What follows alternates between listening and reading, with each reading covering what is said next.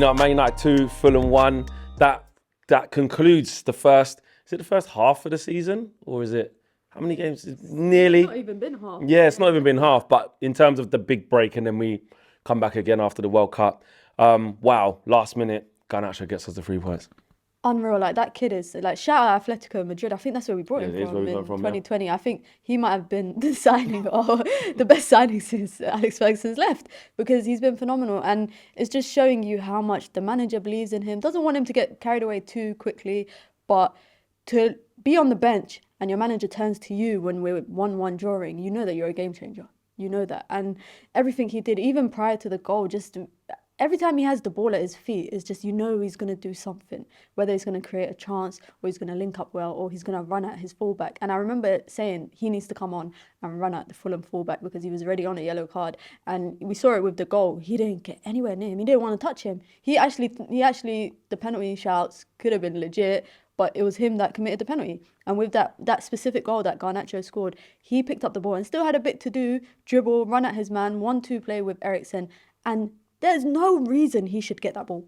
Like, he got onto that ball and there was no reason for him to dust past his fullback. Like, he left him. And he's just, what a player, man. And to finish that so confidently at the age of 18, like, it just makes me think, like, how's this kid going to be when he's 22, 23? Like, once he hits, like, the peak of his career. But right now, we got a new star boy on our team. that is what it's like. I mean, also the message that it's sending out to the other players, that's, you know, sort of like, I know Sancho's not there, and I'm not trying to make it a thing between the two, but I'm just talking about the impact he's having. You know, Rashford plays on the left as well, but look what Garnacho's doing from that side. Sancho plays from the left. Look what Garnacho's doing. He's just been really refreshing because he's offering something that Rashford kind of did when he was younger, but less so now. Sancho isn't really that profile of player in terms of going at people. He gives us something we don't have.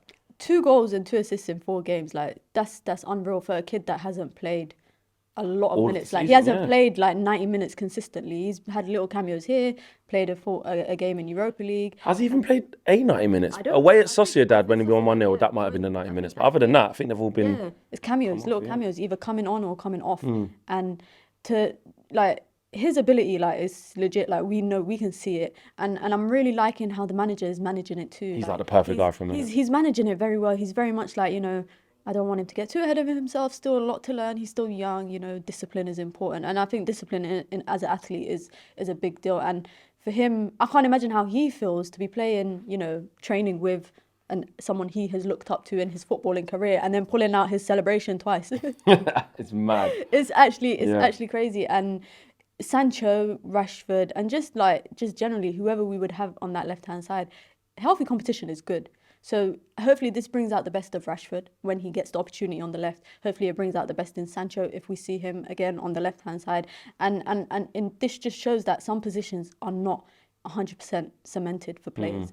And there's positions up for grabs in this team. Like I said, competition is very, very healthy. And as a young kid, to develop like in a team like Manchester United, it just also probably the academy kids are looking at this thinking, okay, people like Iqbal, Shola, that haven't really had a chance yet, they're thinking, okay, let me just continue, like, let me emulate what he's doing in the training ground around the manager, so hopefully I can get my chance. Because someone like Zidane Iqbal, I can't lie, I was expecting to see him at some point during the season. Nothing. Haven't seen Hasn't him even at close, all. has he? But then it's making me wonder, because I remember at the beginning of the season, I was wondering, why is Garnacho not playing? Then months later, Erik ten Hag turns around and says, well, you know, pre-season this happened. He was, you know, his discipline wasn't great. And it just showed that he's managing it well, because nobody really knew about what was happening at pre-season at the time. This is the good thing about having a manager like Ten Hag, and it sounds like you're saying like he's perfect for Garnacho, and he's also perfect for the kids, but also perfect for experienced players, because he's challenging them and showing them, listen, you ain't playing well, don't care about the name on the back of your jersey, you ain't playing. And I feel like a lot of managers that had come in the past, they had this thing where, you know,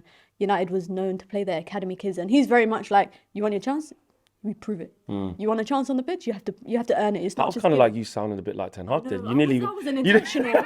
That wasn't intentional. I was like, Rod, Mina's in like a slight Ten Hag Dutch kind of. Dutch in me. I'm not Dutch at all. You want a chance? Okay, you have to show. Hey. I don't know where that came from, but that's pretty much what he's doing. He's telling them, listen, and he said it. I think someone asked him about the youngsters not getting a chance in Europa League, and he said, listen, I'm not here to gift stuff to people. They have to earn it.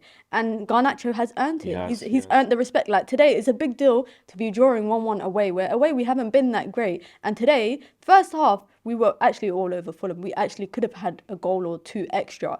And I think second half, we gave them the opportunity to get back into it. They had, some more touches in the opposition's box than we did. They had possession. They created more chances. They had more chances on target. Second half, we gave them the momentum because it just kind of disappeared from the first half. And for your manager to look to you at the bench, given the fact that we don't really have much of a bench anyways, but to look to you and be like, okay, you're going to come on. And then your players or your teammates in this instance are seeking you out on the pitch. It was literally project, get it there, get to the left. Because they knew that Garnacho will run at his man. He's confident. He's a confident kid. And when you're young like that, playing for a team like Manchester United, you have every right to have confidence when your career is starting to pan out the way that his dreams are basically coming true, innit? And you saw the way even Ten Hag was celebrating with him afterwards. It was fantastic to see some of the other players today. Christian Eriksen had a big say in today's result as well. Yeah, firstly, kudos to him for his first goal. A big goal for us, very important. It set the tone for us.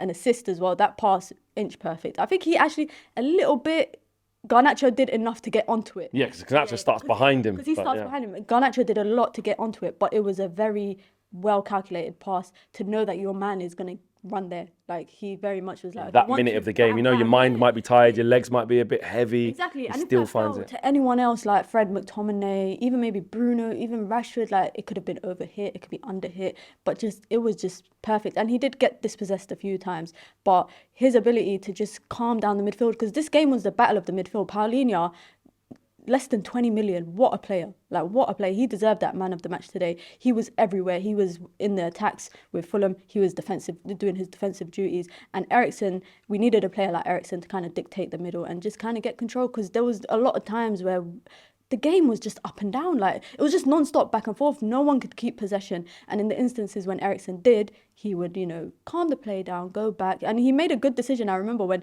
it was like 80-something minute and we were in our half and he decided to just go back, restart the play and come forward. And it's just small things like that that make a big difference in the midfield. And he's going to the World Cup anyway with Denmark. And I wish him all the best. But we need him fit for the duration of the season. Because we've seen when he doesn't play or he doesn't play good, exactly. then we struggle. How do you sum us up now? We've got to this stage of the season where we knew the big break was coming. Yeah. Where are Man United versus where you thought we would be?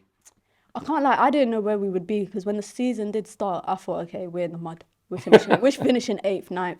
But I knew that with Ten Hag, any new manager, it's a process. Like, it's going to be a season of ups and downs. Like, we're not really on an up right now, because we're on the edge of our seats right now for a game against Fulham. But we're very much like going to have our ups, we're going to have our downs, but it's very much about maintaining like the boat. There's a saying, is something about steering the ship.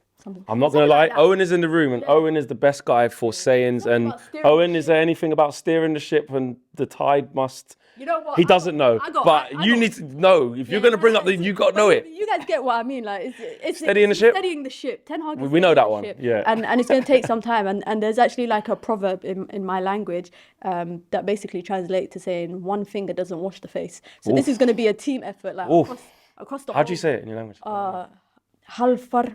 Which you I love one that. finger don't wash your face. It's a proverb in my language, and that's how it is with the team. Like, we're gonna need to be able to count on our second string players, because after the World Cup, we've got 14 players from our team going to the World Cup. A lot of them might get to the quarters and semis and maybe even the finals. So we're gonna be able to count on our second string players to step up the tempo come December, January, when we need fitness, come February when we've got a run of games. Europa League, Premier League. Hopefully, we're still in the FA Cup and the Carabao Cup by then. It needs to be in everything. Did you say Garnacho man of the match already, or did I have not? No, who's your man of the match? David De Gea, because he kept us in the game. We didn't even speak about him.